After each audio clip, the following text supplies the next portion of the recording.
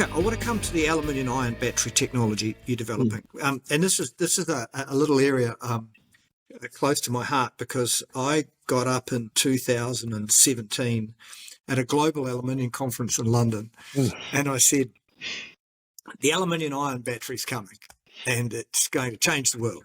And I said this off the back of Stanford University's research, and they'd published, and they'd got an aluminium ion battery to work. But it then went into a hole. There was like nothing for that. You never heard anything for the next years. And then I come across you, and it's like, hey, this is the technology. We've just picked it up, and actually we're making it work. So can you explain how graphene is helping bring the aluminium ion battery technology, well, hopefully it is, to a point that it's commercialized?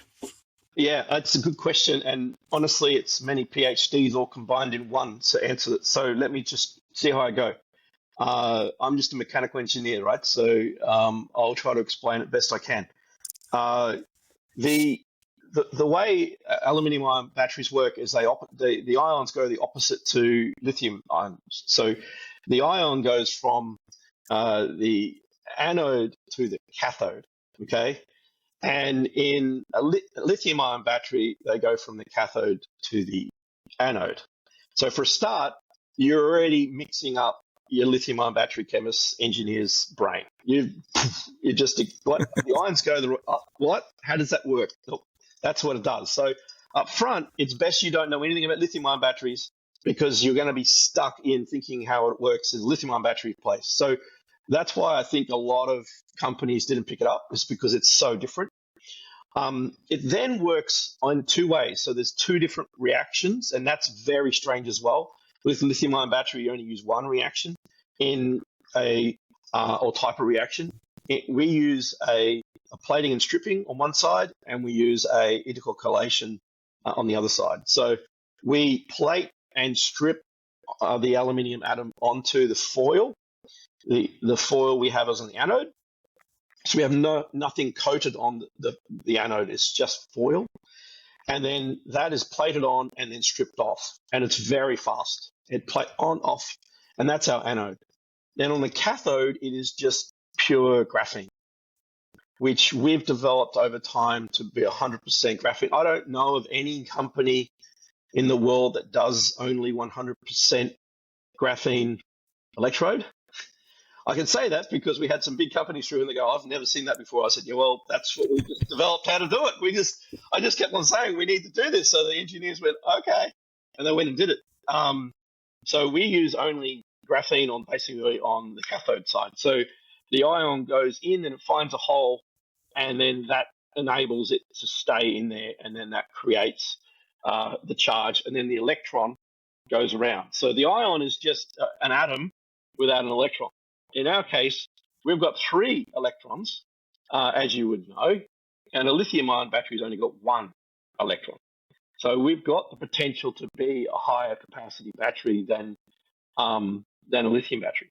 But up front, why we're working with Rio Tinto, why we're working with others, is we have a really fast charging battery, what's called a power battery, or kind of hybrid supercapacitor battery. And that's what's really attractive.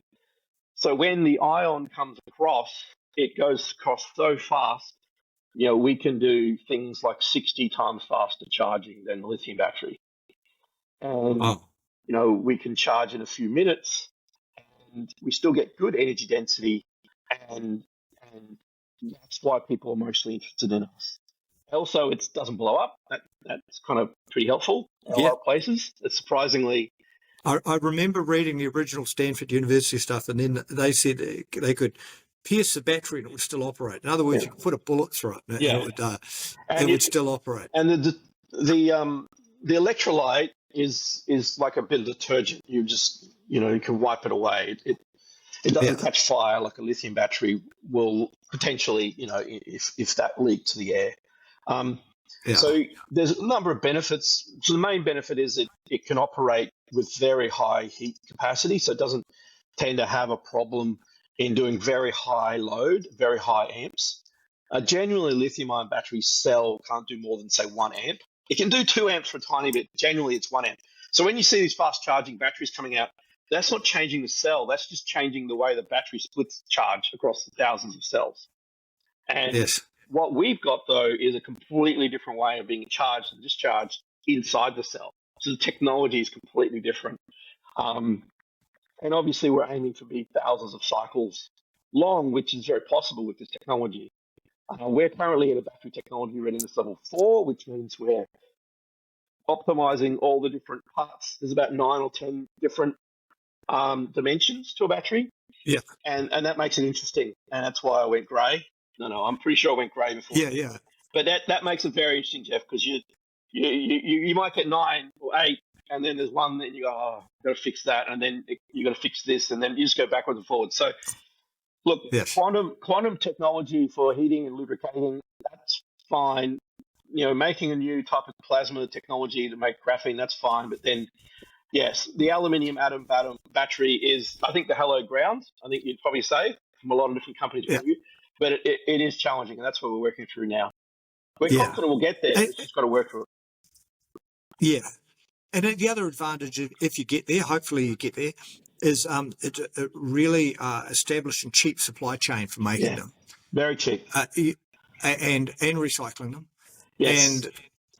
And the safety factor, the charging, they, as I said, back 2017, it could change the world. But I've been waiting, and I'm hoping you guys do it. So, I'm hoping you get there. When we do, we'll bring you in. You can see it.